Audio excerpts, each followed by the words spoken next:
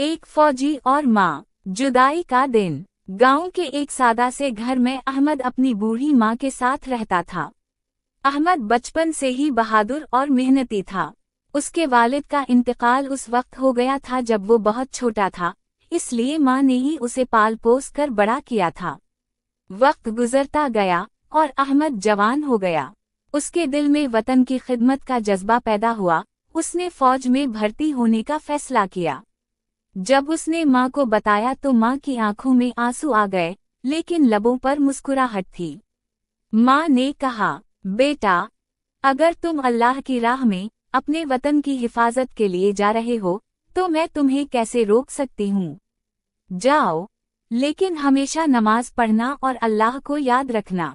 अहमद ने माँ के हाथ चूमे और कहा, अम्मी, आपकी दुआएं मेरे साथ होंगी तो मुझे कुछ नहीं होगा। मुहाज़े जंग के दिन। फौजी जिंदगी आसान नहीं थी। सख्त गर्मी, सर्दी, भूख, थकन, सब कुछ बर्दाश्त करना पड़ता था।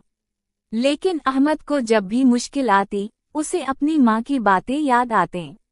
हर रात सोने से पहले वो माँ के लिए दुआ करता, या अल्लाह, मेरी माँ को सलामत रखना। इधर घर में माँ भी हर नमाज के बाद बेटे के लिए हाथ उठाती, या अल्लाह, मेरे बच्चे की हिफाजत करना, उसे अपनी अमान में रखना। माँ और बेटे के दरमियान फासले थे, लेकिन दुआएं उनको जोड़े हुए थीं। खतरनाक लम्हा। एक दिन महाज पर शदीद फायरिंग शुरू हो गई। गोलियां चल रही थीं, धमाके हो रहे थे। अचानक एक धमाका अहमद के करीब हवा और वो जमीन पर गिर गया। चंद लम्हों के लिए उसे लगा शायद अब जिंदगी खत्म हो गई। उसी वक्त उसे अपनी माँ की आवाज़ याद आई, बेटा, अल्लाह पर भरोसा रखना। अहमद ने हिम्मत जुमा की, खुद को संभाला और अल्लाह का नाम लिया। हैरत अंगेज तौर पर उसे सिर्फ मामूली चोट आई थी, जबकि इसके आसपास कई सिपाही जख्मी हो गए थे। इस लम्हे अहमद की आंखों में आंसू आ गए। इसे यकीन हो गया कि ये उसकी माँ की दुआओं का असर है। वापसी का दिन। कई महीनों बाद अहमद को छुट्टी मिली। जब वो घर पहुंचा तो माँ दरवाजे पर खड़ी थी, जैसे उसे पहले से खबर हो। माँ ने बेटे को देखा तो दौड़कर उसे गले लगा लिया।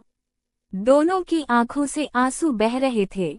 माँ ने कहा, मैं जानती थी, अल्लाह मेरी दुआ जाया नहीं करेगा। अहमद ने जवाब दिया, अम्मी, मुझे दुश्मन की गोलियों ने नहीं बचाया, मुझे आपकी दुआओं ने बचाया है।